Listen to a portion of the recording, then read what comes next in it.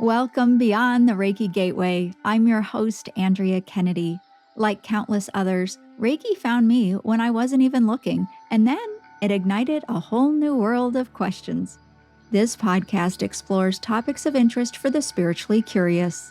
Join me for discussions and special guests on subjects such as past lives, crystal healing, spiritual awakening, ascension, energy healing, and more, all to assist and inspire you along your unique soul's journey. Hello, everyone. It's Andrea, and I have a special announcement to make. I'm very excited to announce my 2 Reiki classes that I will be teaching in person this summer. They're going to happen in the United Kingdom. I'm traveling there from Michigan here in the United States, and I cannot wait to meet my Reiki students there. We'll be at the beautiful French Partridge Hotel near Northampton, and I will be teaching a Reiki 1 and 2 class June 13th and 14th, and then the Reiki Master class begins the 16th and goes through the 19th. We have special hotel accommodation packages available as well. Again, I cannot wait to meet you there and share Holy Fire Reiki with all of you. But class size is limited. To find out more and reserve your seat, please head over to mainstreamreiki.com. You'll see a banner at the top of the page. Click that. You'll get all the information. If you have questions, send me an email. Thanks so much. I hope it works out that we meet in class. Welcome to our listeners and viewers on our YouTube channel to Beyond the Reiki Gateway. I'm delighted to introduce you to our guest, Dr. Helané Wahbeh. She's the Director of Research at the Institute of Noetic Sciences, also known as IONS, where she explores the science behind consciousness, intuition, and channeling. A clinically trained naturopathic physician with a background in meditation research, she bridges the gap between rigorous scientific inquiry and extraordinary human experiences. With groundbreaking studies on mediumship, telepathy, and consciousness, her work challenges conventional notions of reality while empowering individuals to explore their own intuitive abilities. She's the author of The Science of Channeling: Why You Should Trust Your Intuition and the Force That Connects Us All, a book that guides the reader through the scientific basis of channeling, intuition, and human interconnectedness. I'm so happy to have you here, and welcome to the show. Thank you so much. It's a pleasure to be here with you talking about this exciting topics. I think I've been fascinated with these topics my whole life, but it's a dream that we are talking about this the way we can today. I mean, never have we been able to do that and have an audience join us literally from around the world to have these kinds of discussions. So I'm again just so happy to have you here. Thank you so much. Yes, I grew up with these experiences, and yet I really kept it in the closet because it didn't feel very safe to talk about it outside of my family group. And when I first started this work, even at IONS, which was, about 10 years ago, it was still incredibly taboo. And today, I feel like those taboos are really crumbling. So, shows like yours and others are really popping up all over the place because people, I feel, are ready to start having these conversations in a very real way. Yeah, and the thing that really excites me about that is I think it resonates with people because they can feel something with it. They feel a familiarity, I'm even going to say, that might be really hidden to them. But there's something about it, I think, that connects with them where they're intrigued. And I don't know, that's kind of how I see it. There seems to be like a little bit of a truth for them that piques their curiosity. Yes, and more people are actually having experiences. So, pre-COVID, when I was doing in-person talks, I would have people line up afterwards and they'd come up to me and they'd whisper, "Oh, thank you so much. I had this experience, but I haven't told anybody." And then they would leave, and then the next person would come up, "Thank you so much. I've had this experience, but I haven't told anybody." And there was this huge line of people who had had these experiences, but never told anybody. And so once, people are kind of coming out of the closet, if you will, about having had any number of these various experiences, then they feel more comfortable talking about it with others. It's, some people used to think it was incredibly rare, and maybe that's why it wasn't in the mainstream. And yet it's incredibly common. All of these channeling, intuitive experiences are so, so common. Yeah, and I think that when we start talking about it, or like what you described when you were at these events, and then people felt like, oh my gosh, a like minded person, somebody who gets me, then we start to feel like we're not weird or we're not an outsider or an outcast or, any number of things, right? And then we begin to then have these conversations and then research. So you're a researcher in this field. I can't imagine the different places that has taken you and the different conclusions that you've reached. And I definitely want to talk more about that. But you mentioned about your family group and you have a scientific background. I could have made your intro with your bio so long because you've done so many different things. And so, if we could just take a step back and find out, what about your family group? What did you mean by that? And, how did you, I guess, combine everything that you've done to where you are now? Because I don't think anybody could have written your path. I just think it's very unique. Thank you. Yes, I had a very eclectic upbringing. I was raised Orthodox Christian, and I went to church every Sunday. We were very involved in the church. And I went to Catholic school from kindergarten through high school. So I was immersed in Orthodox Christianity and Catholicism. And then my mother's side of the family was very into kind of more esoteric spirituality, which I now kind of understand to be spiritualism. And we would go to my grandfather's and grandmother's house once a week for what they called meetings.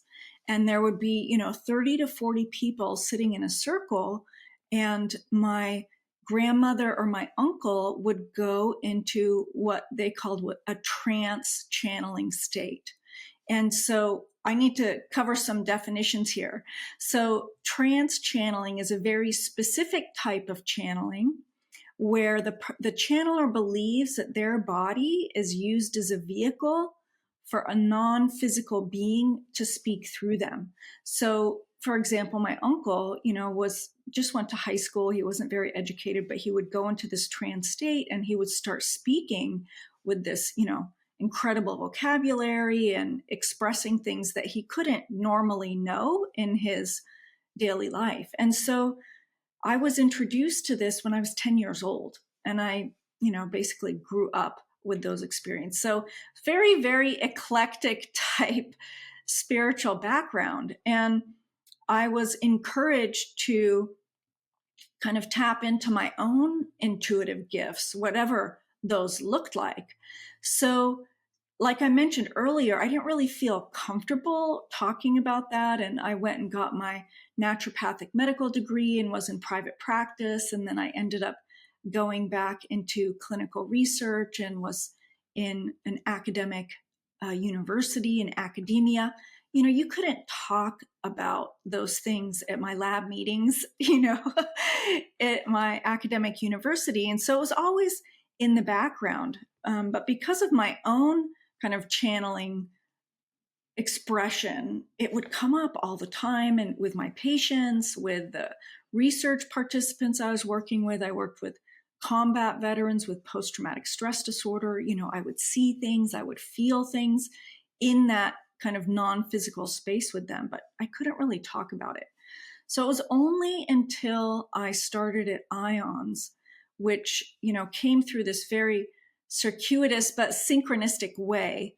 As a meditation researcher, I actually got invited to IONS for a work group that they were doing with meditation researchers, how do we expand meditation research? Because it was really limited to physiology and kind of objective measures and such, and it left out the whole spiritual transcendent aspects of it when we were studying meditation in the West.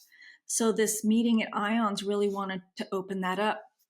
So I was invited to that and was just amazed because IONS was asking these research questions that there was no way I could do that at an academic university. And I felt really clear that I wanted to join them. So I did join in 2015. And that was the first time that I felt like I could really hold both aspects of myself, and, have been studying these channeling experiences since then. So I just feel incredibly grateful and blessed. So before you ask your next question, I want to also just kind of give a little definition of what I mean by channeling, because I mentioned trans channeling, but I kind of view that as just one specific type of channeling. And when I say channeling, I'm really referring to this broad umbrella of experiences of people who are accessing information and energy from beyond our traditional five senses, from beyond our conventional notions of time and space. And I do propose that everybody can channel, and yet the way that it shows up for them is unique to them. And there's quite a diversity in how it shows up. So you might have things like gut hunches that just about everybody could say that they've had, oh, I felt this was going to happen, and then it did. And then the other side of the spectrum are the things like trance channeling or mediumship. And then you have everything in between, like sensing the future or being able to see energy or healing or being able to get information about distant locations that you couldn't possibly know, or getting mental impressions from other people that are far away from you. So it's just an incredible, beautiful breadth of phenomenon that I think all humans have the capacity for. And I'm so excited that people are much more open about having these conversations so we can learn more about them and learn how we can use those capacities to help us in our daily lives and in our world. I mean, humanity is kind of a mess right now, and it would be really wonderful if we could tap into some of those intuitive sources to help ourselves. It certainly would. That's for sure. I really love your definition because it is, to me, it's sort of like an umbrella because a lot of people say intuition, a lot of people say psychic or medium or, mediumship and things like that. And it's so if I'm hearing you correctly, you would label all of those things channeling. Is that correct? That's right. And Yeah. to me, if you step back, it really comes down to this idea of consciousness, and that our current paradigm, our mainstream dominant paradigm, is called physicalism. And it proposes that our consciousness is generated by our brain, and it's basically trapped in our skull. And our consciousness does not extend beyond our physical brain and our physical body. And yet, what we're seeing is more and more evidence for something that we call non-local consciousness, meaning that our consciousness extends beyond the physical brain, beyond the physical body. And so when you have that as your worldview, then this huge spectrum of experiences becomes possible. Because if my consciousness can tap into a distant location, it's like, oh yeah, that makes sense, because my consciousness is not limited to my brain. But if it was, then people would say, well, that's impossible. You can't possibly get a mental image from someone else living halfway across the country because your consciousness is stuck in your brain. But we're seeing more and more evidence that our consciousness is not stuck in our brain, and it makes all of these phenomenon make a lot more sense. It's just so exciting. I wonder if you could share some of your research.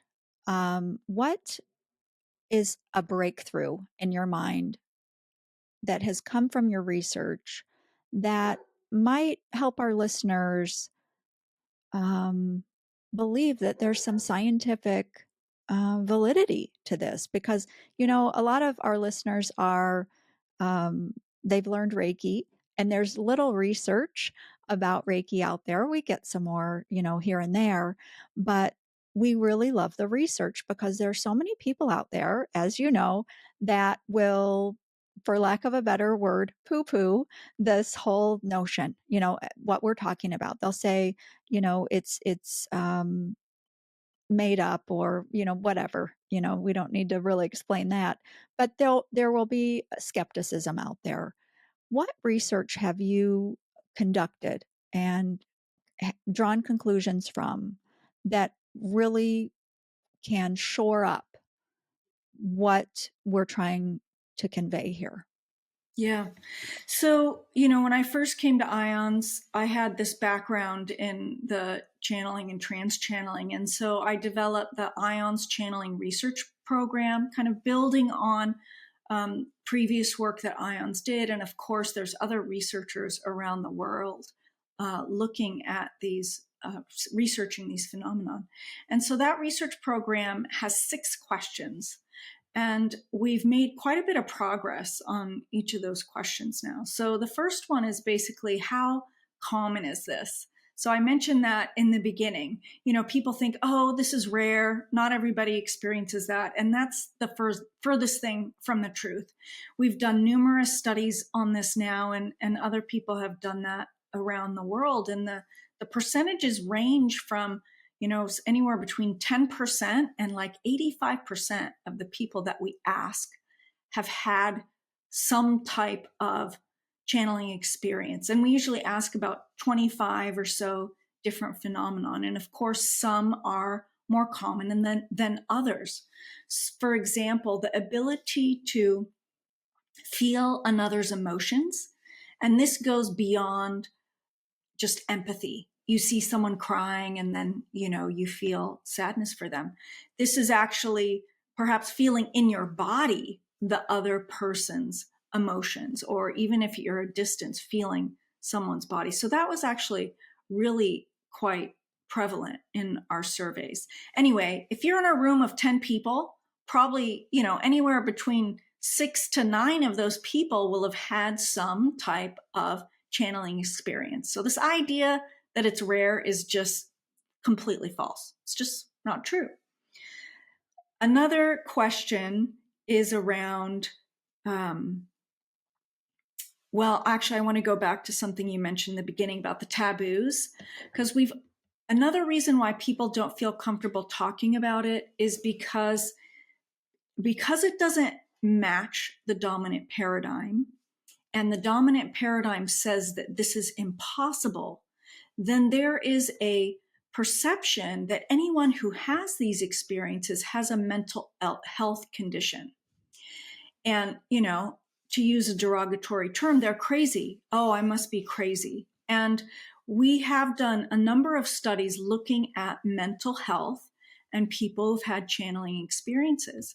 And in general, most people who have these channeling experiences are very well adjusted, do not have psychopathology, and are completely normal, healthy mental health in the mental health arena. And so that's also not true. There is a caveat, however, because there are a small percentage of people who have these experiences very frequently, very strongly, and it basically affects their daily life in a negative way. And those are the people who really do need mental health support. But most people do not, and they don't have any sort of pathology. So I think that's really important to mention. Another research question on our program is around, is it real? Like, is there actually evidence demonstrating that these phenomena are real? And we don't really have time for me to go into all of those different bodies of evidence, but I'll just mention some of the strongest research. So telepathy has had decades-long history of research that has been done in the lab both when people are awake, when they're asleep, using different protocols in various labs around the country. So it's been replicated in many different labs. And the evidence shows that yes, people can receive mental imagery from other people.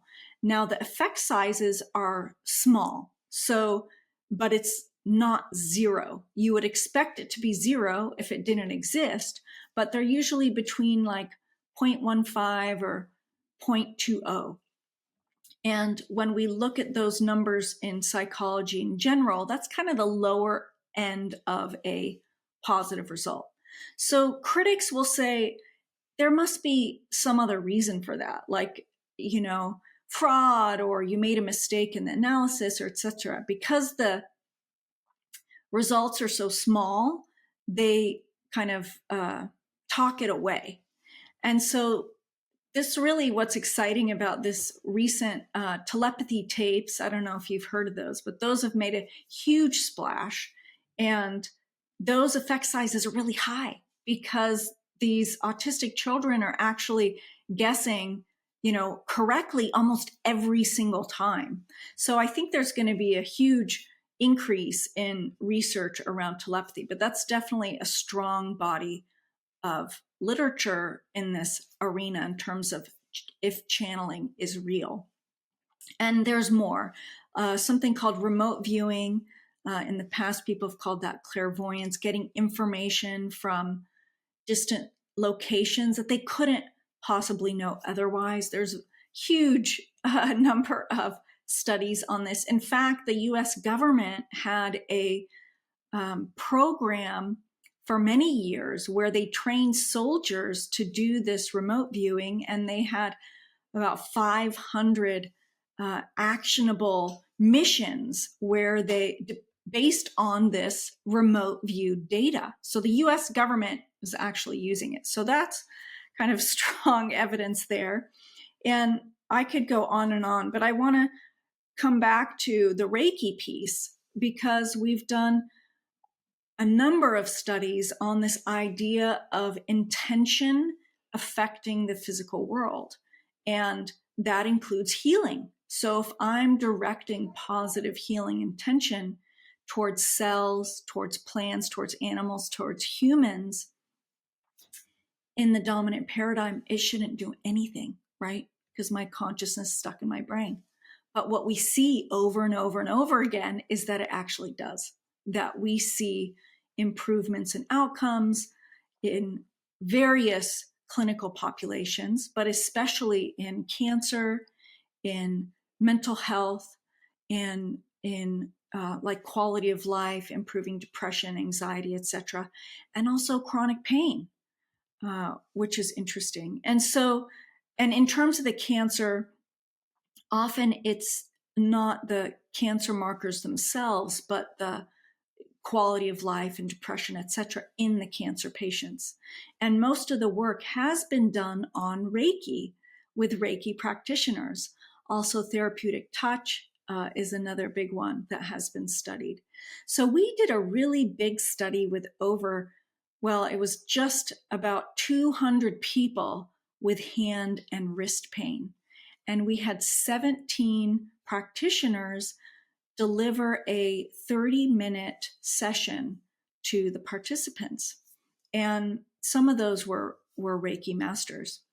And we saw significant improvements in pain immediately after the session and also 3 weeks later. But what was really amazing about that study is we also had water vials on the practitioner and on the participant because we were trying to get at mechanism. How does this actually work? And we know that our bodies are mostly water. And so this vial of water acted as a surrogate for the human body to see what was happening. So we looked at something called evanescence, which is the bond length and rotation of the water molecule between the hydrogen and the oxygen. And we saw a shift in that from the practitioner directing their healing towards the water. So that was really fascinating to see. Perhaps changes in water were kind of mediating these pain improvements that we saw. We also had a device called a quantum noise generator. And I'm going to try to explain this very simply. Imagine a random stream of zeros and ones. Okay, so this device is just spitting out zeros and ones, and it's completely random, totally random. And there really isn't anything that would change it from randomness. So we had these devices that spit out random noise during the healing sessions and then during control sessions when no one was in the room, nothing was happening. And when we looked at the data, comparing those two, the randomness reduced in the healing sessions, meaning it created more order in the data. And to me, this is just incredibly fascinating. And we've seen this in healing. We've seen this in trance channeling sessions. And it's a really unique objective measure that we're trying to incorporate into more of our studies. So again, we're trying to get at how this is actually working. I imagine the Reiki practitioners in the audience right now are like, well, I know Reiki works, right? And, and I was trained in Reiki actually. And so, we hear the description of how Reiki is working from this kind of more esoteric perspective, but can we actually look at how that works from a mechanistic, objective, scientific perspective to explain it to the people who are bought into the dominant paradigm? So I'll pause there and see if you have any questions about what I just shared, because there's so much more that I could share about, is channeling real? And then maybe I'll talk about some of the other research questions we've been exploring. I could ask a million things right now. I think the thing at the top of my mind, though, is what if someone asked you, you know, about Reiki? What is happening scientifically? What is your best answer at this point, given your research? How does Reiki work? Great question. I think the short answer is we're not exactly sure, but there's a lot of evidence coming in about the effect of positive healing intention. So we're seeing that over and over again. Positive healing intention is creating these small positive effects. And we're getting a sense of the mechanism from like the water study, from the QNG study. As part of that large study that we did, we also interestingly had who we called a seer observe every single one of those sessions. And she was a clairvoyant seer who believes that she can see energy. So we had her in the room to see if we could figure out what was going on. And from her perspective, the Reiki energy was not universal. It was more specific to the participant. So depending on what the participant needed, the Reiki would move to where it needed. And so everyone who came in had hand and wrist pain, but the Reiki didn't always go to the hand. It may go to the heart. It may go to the liver. It may go to different chakra areas.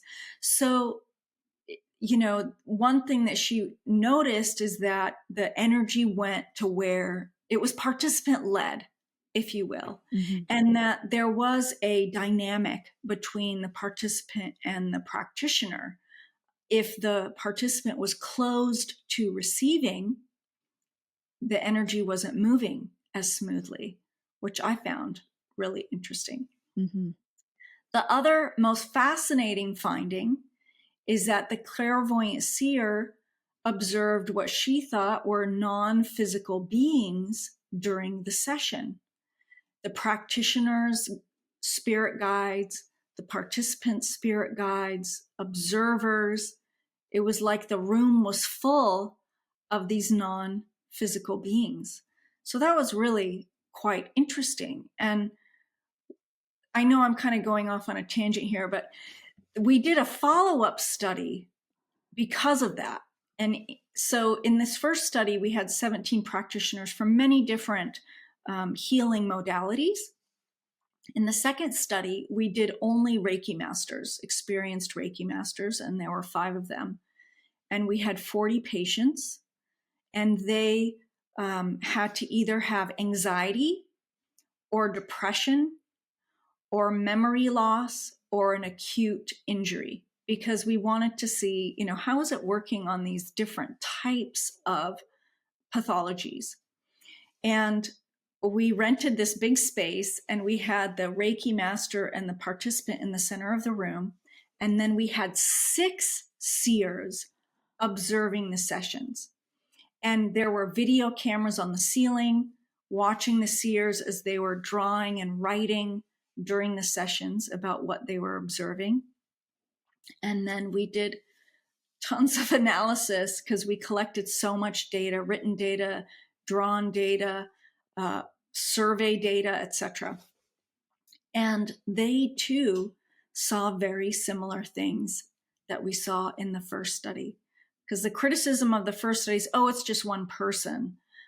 So that's why we wanted the 6 people to be able to observe. So was there corroboration? Were they actually observing similar things at similar times? And we did see some evidence of that, which is quite fascinating. And that paper is published as well. And we did a separate qualitative analysis just looking at the non-physical being aspect of it. And it was amazing. There was supposedly non-physical helpers supporting the sessions, but there was also this idea of negative entities or attachments, etc., that were also perceived as being part of the process. So we just submitted that for publication. It's through its 3rd review right now. I think it's going to be accepted shortly. But we did a webinar on this at IONS, and there were so many Reiki practitioners on that call. And it's not part of Reiki training to talk about this, and yet so many of them were like, yeah, I totally experienced that. And I'm mentoring a PhD student. I'm on our dissertation committee who's doing research on this exact thing. So I'm really curious, maybe you'll get comments from your audience members if they too have experienced something like that, and if so, they're not alone. So back to your original question. The short answer is we don't really know, but we're learning a lot, and there's so much research that is happening, and we're kind of chipping away at it bit by bit. But I think having this major breakthrough and paradigm shift from this idea that consciousness is stuck in the brain to consciousness being non-local is really going to support our understanding of how Reiki works. Oh, yes. Oh, and the tangent was lovely. I so appreciate that. So you talk about this paradigm shift occurring. In what way? How do we know that that's occurring? Are well-known Western psychologists admitting this? I mean, how do we know that that shift is taking place? Well, what's fascinating is there's a lot of scientific disciplines like cosmology, like physics. So quantum physics, this whole idea of entanglement, doesn't fit really the dominant paradigm. The idea that a photon on, one part of the universe is entangled with a photon on another part of the universe just is kind of mind-blowing, and then there's also a bit of a revolution in neuroscience. And there's a big conference called the Science of Consciousness where mainstream neuroscientists are there, and post-materialist neuroscientists are there, and they're kind of in debate and connecting and talking. And there's a famous neuroscientist named Christoph Koch, who, and I didn't pronounce his name right, but he had a direct experience of non-local consciousness, and it completely shifted his worldview. And so I think if people are open and curious and they end up having an actual non-local consciousness experience, it really busts them open. So there's so many more scientists who are willing to at least look at it and in their own field start exploring, well, what would this mean? And what are theories that could explain that? And how would I test this? So I feel like we're kind of straddling both paradigms right now. And it's not like we want to get rid of physicalism. It explains a lot about our world, and yet it doesn't explain everything. And perhaps it's more of an expansion rather than getting rid of the old model and bringing in the new. It's giving an expanded view of the nature of reality. So this is happening in multiple different disciplines. And just like we see in the general public becoming more open and willing and having a conversation, scientists are now open and willing to have these conversations too. That is just so exciting, I think. Which brings me to my question. So I kind of have two, but my question for you is when you wake up in the morning and you look at your day, your week, your year, what has you really excited about what's coming?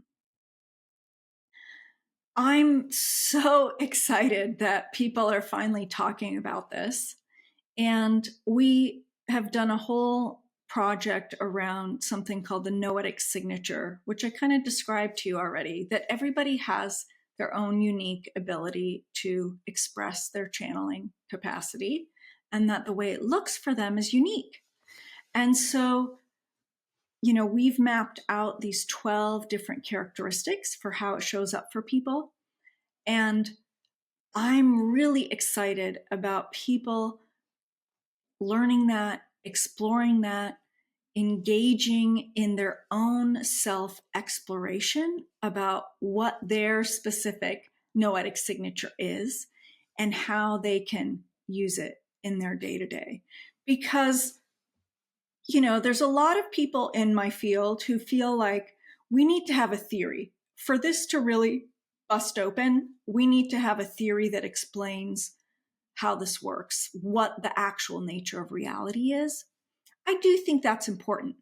But I think what's going to make a lot more headway is if people begin using this in their daily life. Just take an example. Let's say, telepathy, for example. If everybody learned on some level how to be telepathic, then we wouldn't even have to be questioning anymore. Like you look at our smartphones. If someone had, from 100 years ago saw a smartphone, they'd say, oh, wow, this is some sort of magical thing. But it's not. I don't really actually know how it works even, but I use it every day, and so I don't question it. So perhaps something similar might happen with telepathy, where, oh, I'm going to use it every day. I may not necessarily know exactly how it works. The scientists might be able to figure it out. But if it just exists as a known, then we don't have to doubt that our consciousness is non-local anymore. So that gets me really excited. The more people in the general public who acknowledge this, embrace this, and explore this themselves, I think the better off we're going to be. And I want to just qualify here because this is a very Western culture issue. There's so many cultures around the world where it's already baked into their worldview. And they're like, whatever, like you're just catching up with us now. And, we've been dismissing that worldview for so long, I guess since the Industrial Revolution or scientific process was developed. And so I feel like it's coming around full circle. And that's not to dismiss the scientific process, because I too love that as well, but it's just looking at it from different angles. I really respect that too, because it's almost like power to the people, you know? Like, what I'm hearing you say is people become the researchers in their own life with their own experience. And in your book, you talk about the signature and you give real practical advice and guidance to people about how to be the researcher in their life. Isn't that true? Yes, yes. So I think it first starts with an intention. Hey, I'm going to intend to explore this and to, as best you can, have an openness and a curiosity about that. Even if you take just a few minutes a day to sit quietly with that intention and explore, maybe ask a question. I would recommend starting with a yes no question, and then and something that's not like, should I divorce my husband? Something like very simple and not life changing. And um, ask the question and then sit and just be open to whatever you receive. Because depending on what your signature is, it may show up in different ways. You may hear a word, you may see a color, you may perceive an image internally, you may feel in your body a contraction or an opening. And so just be in exploration, knowing that there's no right way to do this and that you are your own guide in discovering what that is. So I think it really takes a lot of practice. And, one of the most, as people engage in this journey, one of the most common questions I get is, well, how do you know? How do you know what if the information you're receiving is actually your ego mind, giving you an answer, or a true intuitive hit? And I advise people again not to pick a life altering thing to start with, and to also pick something that they're not really attached to. Like they don't really care if it's a yes or a no. Because when our emotions get involved, it's harder to get a clear answer in the beginning. And then let's say, it's, should I go to this restaurant for dinner tonight? And it's, that may not be a good example, but I'll go through it. And then you go and you have an amazing time and you feel joyful and it's wonderful and amazing. It's like, oh, okay, that was aligned with what was in my highest and best. Let's say you got a no and you don't follow that, and you went to the restaurant and it didn't work, and the parking was horrible, and they spilled a glass of water on your blouse, or I don't know what, like it didn't work, or you felt like the way was difficult and you were hitting your head against the wall, then that probably was an ego driven answer that you were receiving. So that's not a fantastic example for people, but if you feel a sense of expansion and greater joy in your life, then that's likely guided versus feeling more challenges and difficulty. And that's if it's actionable, right? That's if the question you're asking, you can actually take action on it. And that's not always the case. And so I invite people to have a journal and to, keep track of things. But the more you practice, the easier it is to be able to discern whether it's coming from your ego mind.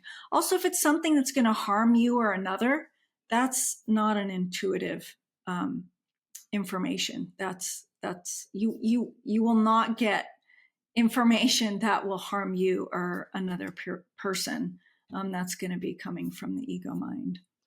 Yeah, that's a really good point that you bring up too. There seems to be, from my perspective and experience, there seems to be, just like what you said, an openness, an expansiveness, uh, and for lack of a better word, almost like a cleanness to what comes through. Yeah, lighter. I don't know. It's hard to describe, right? Um, yes. And so, one of the reasons, too, that I was very excited to have you here is ions itself, because I have known about ions for a number of years, but ions is kind of under the radar, I have to say, from my perspective. And I'll talk to people and I'll mention ions, and they don't know what I'm talking about. And so I wanted to get more people to realize what ions is and what they do. So, what's your little elevator speech about what ions is and what they offer? Thank you so much for sharing that. We hope to change that, by the way. We hope that ions is definitely not under the radar anymore. Ions is so unique because it was founded by Edgar Mitchell, who was an Apollo 14 astronaut. And he was the sixth person to walk on the moon. And so he was on the moon, he did his job, and he was coming home, and he had this incredible transcendent experience as the shuttle was rotating and he was seeing the sun and the moon and the stars. He was part of everything and everything was part of him. So for this very linear thinking engineer astronaut, this was very bizarre to him, although it completely changed his life. And he came back to Earth, and in 1973 he started IONS. So we just celebrated our 50-year anniversary, which is amazing. And so our current kind of overarching premise from that Edgar origin story is that we are all interconnected, and that embodying that allows us to access information and energy from beyond time and space, which is that channeling piece, which in turn profoundly amplifies innovation and well-being and transformation. So we're all interconnected. Embodying that brings up our channeling capacity. And when we use that channeling capacity, it basically improves our life. So we have two basic arms, our research arm, which I'm the head of, and we also have the experience and engagement arm, which is about people having their own direct experience. And we call that the noetic signature, the noetic handshake of science plus experience. And when you have those two together, we think that's what creates the greatest change and also understanding in people about these phenomenon. So we have so many wonderful programs. You can participate in our study. We have free webinars on Fridays. We have membership and member events where you can actually dialogue with others about these topics. So I wholeheartedly invite the audience to come join our community. We'll share the links for that. Thank you. Um, yeah, it's incredible. The door is opening, but it's more than that. I just feel like the doors are just flying off. And these times where we can talk, unlike any other time in history, I just think uh, we are at a beginning. We've come so far already, but I just can't even imagine where we're going to be in 10 years. Yes, I agree. I agree. And I keep saying that. So that's wonderful that you just said that, because I say that a lot, even 5 years from now. There's such incredible exponential change in this moment. And it's kind of like we got to hold on to our seats. It's like, okay, here we go. I'm Yes, really very excited about it.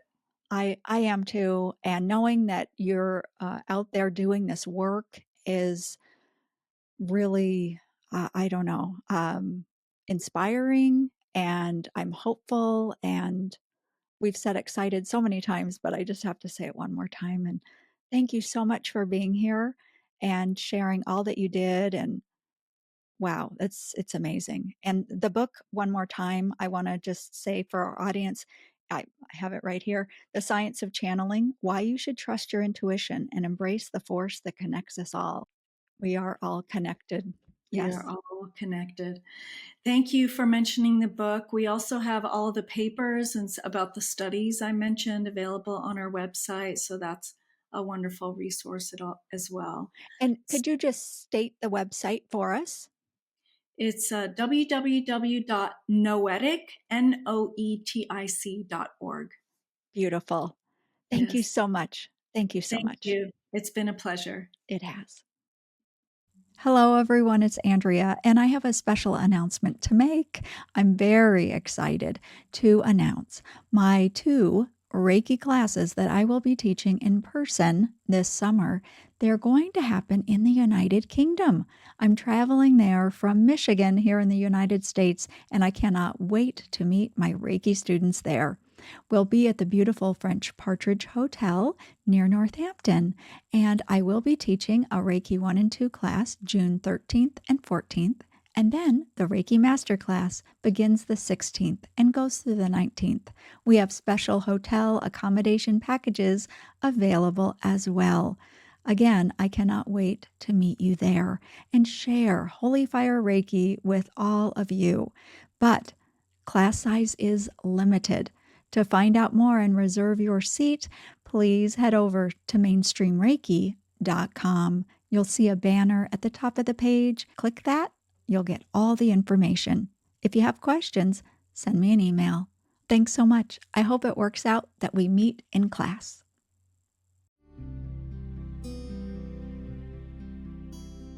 Thank you for listening, and you can check the show notes or visit the website beyondthereikigateway.com to find out more about the podcast and connect with me. Please keep in mind that views and opinions expressed in the show don't necessarily reflect those of the podcast or anyone affiliated with its production or advertising. This program is presented for your entertainment only, and all information provided is to be utilized at the listener's own discretion. I, along with the BTRG team, hope you enjoy the show as much as we enjoy making it for you. Wishing you highest blessings until we meet again beyond the Reiki Gateway.